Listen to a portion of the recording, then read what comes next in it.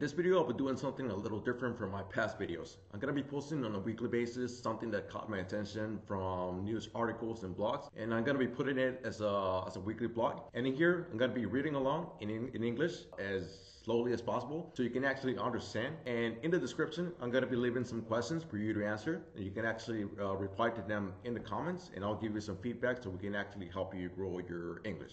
Without further ado, let's see the first article. The article reads that Brad Pitt leaves French woman out of 800,000 euros. The victim said that she had doubts and suspicions but still sent money to the scammer, and this led her to be out of her entire money. She was actually bankrupt from this fake Pitt scammer. The scammer is posing as Brad Pitt and his mother allegedly scammed a French woman in her 50s out of 830,000 euros. Police are investigating claims that the fake Pitt managed to convince a woman named only as Anne he was in love with her, according to TF1, the French television channel. The woman was targeted after posting photographs of the holidays on Instagram 2 years ago. A person claiming to be Pitt's mother contacted her with the message, "It's a woman like you that my son needs." Anne said that she was skeptical, but nevertheless began chatting before being contacted by a person posing as the actor. He sent her poems, declarations of love, and photos. When she complained that she had never seen him, he sent her a video of Pitt created by artificial intelligence. Money became involved when the alleged fraudster claimed that she needed to pay more than 9,000 euros in custom tariffs to receive the presents he had sent her, including Chanel handbags and Hermes watches. When Anne mentioned that she had recently divorced from her husband and had received a settlement of 775,000 euros, the fake Pitt claimed to have developed kidney cancer. He said he needed expensive treatment but could not pay for it because his bank accounts had been blocked as a result of his recent divorce with Angelina Jolie. When he asked Anne for a loan, she sent almost all of her money she had received from her divorce. Anne said she always had doubts about the veracity of the claims, often blocking the comments number, but she always went back to him in the end.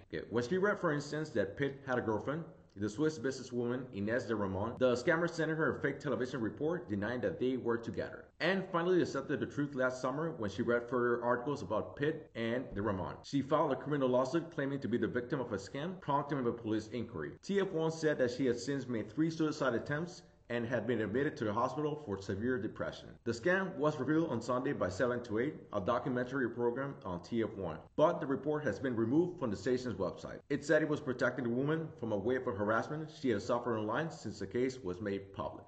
Alright, so this is one of the videos that I want to be posting on the long term in a video series so you can actually get more acquainted with the language with everyday news and blogs.